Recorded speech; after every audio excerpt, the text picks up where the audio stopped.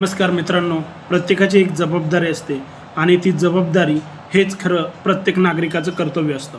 तुम्हाला माहीत असेल, काही दिवसापूर्वी नीट एक्झामचा पेपर फुटला आणि त्यामुळे नीट एक्झाम रद्द झाली.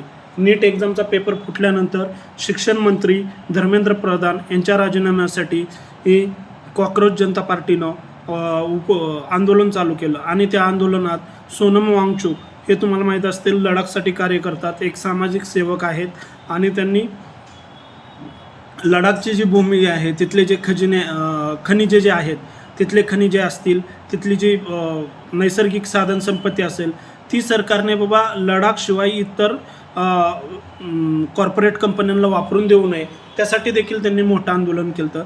तर ते उपोषणास बसलेले आहे. त्यांची परिस्थिती अत्यंत हालाकीची झालेली आहे.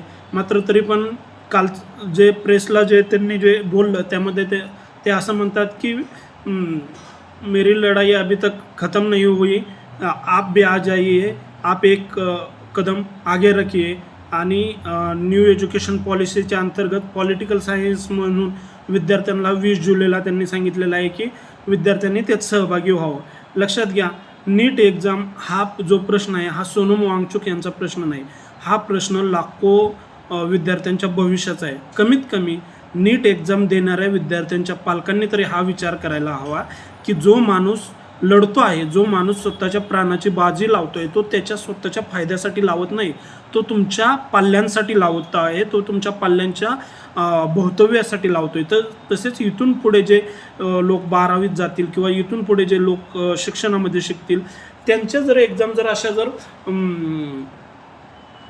पेपर फुटायला लागले आणि पैसे देऊन जर विकत घ्यायला लागले, तर जे सर्वसामान्य लोक आहेत, जे सर्वसामान्य प्रामाणिकपणाने अभ्यास करून जे पुढं जातात, त्या व्यक्तींचं खूप मोठं नुकसान होईल. आणि ह्या उदात्त हेतूने त्यांनी उपोषण चालू केलेलं आहे. सरकारने ह्याच्याकडे आत्तापर्यंत कोणतंही लक्ष दिलं नाही. ह्याने याचिका केलेली आहे उच्च न्यायालयामध्ये, सर्वोच्च न्यायालयामध्ये की सोनम वांगचुक यांना उपोषण मागे घेण्यासाठी सरकारने प्रयत्न करावे. लक्षात घ्या, आणि न्यायालयाने देखील सांगितलेलं आहे एका व्यक्तीचा जीव जाईपर्यंत सरकार वाट बघू शकत नाही.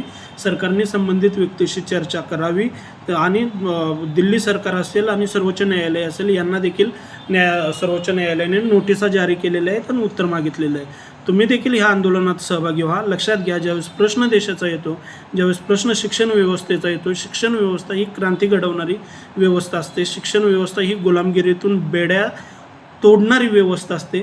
त्यामुळे जर शिक्षण व्यवस्था जर पारदर्शी नसेल तर सगळ्यात वाईट परिस्थिती आहे. त्यामुळे सोनम वांगचुकच्या आंदोलनाला